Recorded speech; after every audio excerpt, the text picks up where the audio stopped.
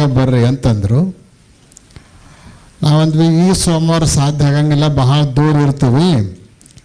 ಆದ್ರೆ ನಿಮ್ಮ ಬಾಯಿಂದ ಸೋಮವಾರ ಬರಬೇಕು ಅಂತ ಬಂದ ಮೇಲೆ ಸೋಮವಾರ ಬರ್ತೀವಿ, ಯಾವುದಾರ ಒಂದು ಸೋಮವಾರ ಬರ್ತೀವಿ ಅಂತ ಹೇಳಿದ್ವಿ ನಾವು. ಅದು ಯೋಗ ಸೋಮವಾರ ಇವತ್ತು ಬರುವಂತಹ ಒಂದು ಸುಯೋಗ ಒದಗಿ ಬಂತು.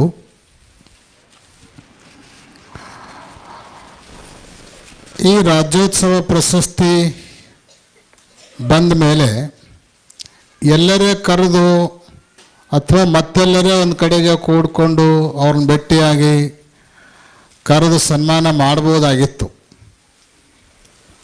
ಆದರೆ ಬೇರೆ ಎಲ್ಲೋ ಒಂದು ಕಡೆಗೆ ಮಾಡಿದ್ರೆ ಅದಕ್ಕಿಷ್ಟು ಮಹತ್ವ ಬರೋಂಗಿಲ್ಲ.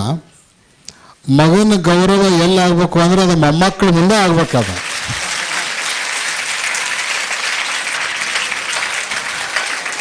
ಅವಾಗ ಅದು ಹೆಚ್ಚಿನ ಮಹತ್ವ ಪಡ್ಕೊಳ್ತದ ಅನ್ನುವಂಥ ಭಾವನೆ ಇಟ್ಕೊಂಡು ಅಲ್ಲೇ ಇಲ್ಲೇ ಎಲ್ಲೂ ಬರ್ರಿ ಅಂತ ಅವ್ರಿಗೆ ಹೇಳಾರ್ದನ ನೀವೆಲ್ಲ ಹೆಚ್ಚಿನ ಸಂಖ್ಯೆಯಲ್ಲಿ ಯಾವಾಗ ಇಲ್ಲಿ ಕೂಡಿರ್ತೀರೋ ಅವಾಗ ಇಲ್ಲಿ ಬಂದು ಅವರಿಗೆ ಸನ್ಮಾನ ಮಾಡಿದ್ರೆ ನಮಗೂ ತೃಪ್ತಿ, ಅವರಿಗೂ ತೃಪ್ತಿ, ನಿಮಗೂ ತೃಪ್ತಿ.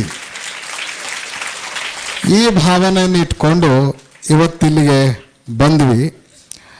ನಾವು ಬರೋದು ಮೊದಲ ಗತ್ತಾದ್ರೆ ಬಹಳ ಗದ್ದಲ ಹಾಕ್ತಾರಂತೇಳಿ ಮುಂಜಾನೆ ಹೇಳಿವಿ ಅವ್ರಿಗೆ ನಾವು. ಅಂದ್ರೆ ಸಹಜವಾಗಿ ನಡೀತಾ ಇರಬೇಕು, ಸಹಜವಾಗಿ ನಾವು ಬಂದು ಹೋಗೋದು ಅನ್ನೋ ಭಾವನೆಯನ್ನು ಇಟ್ಕೊಂಡು, ಆದರೂ ಕೂಡ ಸಹಜವಾಗಿ ಬಂದ್ರೂ ಜಾಗ ಹಿಡಿಸ್ಲಾರ್ದಷ್ಟು ಜನ ನೀವೆಲ್ಲ ಕೂತ್ಕೊಂಡಿರಿ. ಇದನ್ನು ನೋಡಿದ್ರೆ ಬಂಡಿ ಗಣೇಶ್ ಶ್ರೀಗಳವರ ಮಹಿಮೆ ಎಷ್ಟು ದೊಡ್ಡದೈತಿ ಅನ್ನುವಂಥದ್ದು ಇದರಿಂದ ನಮಗೆಲ್ಲ ಗೊತ್ತಾಗ್ತದೆ.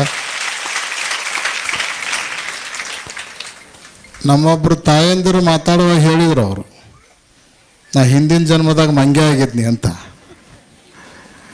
ನಾವು ಹಿಂಗೆ ಬಹಳಷ್ಟು ಅನುಭವಗಳನ್ನು ಅಲ್ಲಲ್ಲೇ ಕೇಳೀವಿ. ನೀವು ಮಾತಾಡೋದು ಶ್ರೀಶೈಲದಾಗ ಕೇಳೀವಿ, ಇಲ್ಲಿ ಬಂದಾಗೂ ಕೇಳೀವಿ, ಅಲ್ಲೇ ಯಡೂರಾಗ ದಾಸೋಹ ಮಾಡೋಕ್ಕೆ ಬಂದಾಗೂ ಕೇಳೀವಿ. ಹಿಂಗೆ ಮಾತಾಡುವಾಗ ತಮ್ಮ ಪೂರ್ವ ಜನ್ಮವನ್ನು ನೆನಪು ಮಾಡಿಕೊಂಡು ಅವ್ರಿಗೆ ಸ್ಮರಣೆ ಬರ್ತದೆ. ಸಾಮಾನ್ಯವಾಗಿ ಪೂರ್ವ ಜನ್ಮದ ಸ್ಮರಣೆ ಯಾರಿಗೂ ಬರೋಂಗಿಲ್ಲ. ಅದು ಯಾವಾಗ ತಾಯಿ ಗರ್ಭದಿಂದ ನಾವು ಪ್ರಸೂತಿ ಅನ್ನುವಂತಹ ಗಾಳಿ ಬಡಿದು ಮುಖ ಮೇಲ್ ಮಾಡಿ ಕುಳಿತಿರುವಂತಹ ನಾವು ತಿರುಗಿ ಮುಖ ಕೆಳಗೆ ಮಾಡ್ತೀವಲ್ಲ, ಆವಾಗ ಹಿಂದಿನ ಜನ್ಮದೆಲ್ಲ ಮರೆಯಾಗಿ ಹೋಗಿಬಿಡ್ತತಿ, ಏನೂ ನೆನಪಿರಂಗಿಲ್ಲ. ಆದರೆ ಹಿಂದಿನ ಜನ್ಮದ ನೆನಪು ಯಾರಿಗೆ ಬರುತ್ತಂದ್ರೆ ಯಾರಿಗೆ ಗುರುಗಳ ಆಶೀರ್ವಾದ ಆಗ್ತದನ ಅವರಿಗೆ ಮಾತ್ರ ಹಿಂದಿನ ಜನ್ಮದ ನೆನಪು ಬರ್ತದೆ. ಬಂಡಿ ಗಣೇಶ ಸ್ವಾಮಿಗಳು ನಿಮ್ಗೆ ಬಹಳ ವಾತ್ಸಲ್ಯದಿಂದ ಆಶೀರ್ವಾದ ಮಾಡ್ಯಾರ ಅನ್ನೋ ಕಾರಣಕ್ಕೆ ನಿಮಗೆಲ್ಲ ಹಿಂದಿನ ಜನ್ಮದ ಸ್ಮರಣೆ ಬರ್ತದೆ. ಆ ಹಿಂದಿನ ಜನ್ಮದ ಸ್ಮರಣೆ ಮಾಡಿಕೊಂಡು ಬಹಳ ಜನ ಎಲ್ಲ ಹೇಳಿರುವಂಥದ್ದನ್ನು ನಾವು ಕೇಳಿವಿ. ನಾ ಹಿಂದಿನ ಜನ್ಮದಾಗ ಇವ್ರು ಹೇಳಿದ್ರೆ ನಮ್ಮ ಹಂಗೆ ಆಗಿದ್ನಂತ, ಮತ್ತಾರೋ ಹೇಳಿದ್ರು ನಾ ಕಡ್ಡಿ ಆಗಿದ್ನಂತ, ಮತ್ತಾರೋ ಹೇಳಿದರು ನಾನು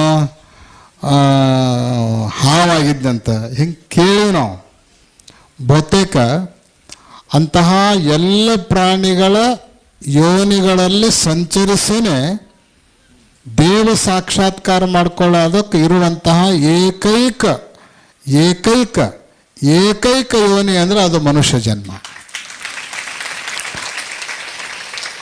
ಮನುಷ್ಯತ್ವಂ ಮುಮುಕ್ಷತ್ವಂ ಮಹಾಜನ ಸಂಶಯತ್ವಂ ಯದೇತತ್ರಯಂ ಜಗತಿ ಸುದುರ್ಲಭಂ ಅಂತ.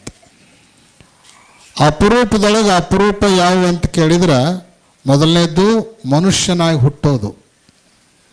ಮನುಷ್ಯ ಜನ್ಮ ಅಂದರೆ ಬಹಳ ಶ್ರೇಷ್ಠವಾಗಿರುವಂಥ ಜನ್ಮ. ಮೋಕ್ಷ ಯಾರಿಗದ? ಜಗತ್ತಿನ ಯಾವ ಪ್ರಾಣಿಗೂ ಮೋಕ್ಷ ಸಿಗಂಗಿಲ್ಲ. ಮೋಕ್ಷ ಪಡ್ಕೋಬೇಕು, ದೇವರ ಅನುಗ್ರಹ ಆಗಬೇಕು ಅಂದ್ರೆ ಮತ್ತೆ ಮನುಷ್ಯನಾಗೆ ಹುಟ್ಟಬೇಕು. ಮನುಷ್ಯನಾಗಿ ಹುಟ್ಟೋದು ಮೊದಲನೇ ಅಪರೂಪ. ಆದರೆ ಎರಡನೇ ಅಪರೂಪ ಮುಮುಕ್ಷತ್ವಂ. ನಾನು ಮೋಕ್ಷ ಪಡಿಬೇಕು, ದೇವ ಸಾಕ್ಷಾತ್ಕಾರವನ್ನು ಹೊಂದಬೇಕು, ಪರಮಾತ್ಮನನ್ನು ಸೇರಬೇಕು ಅನ್ನುವಂಥ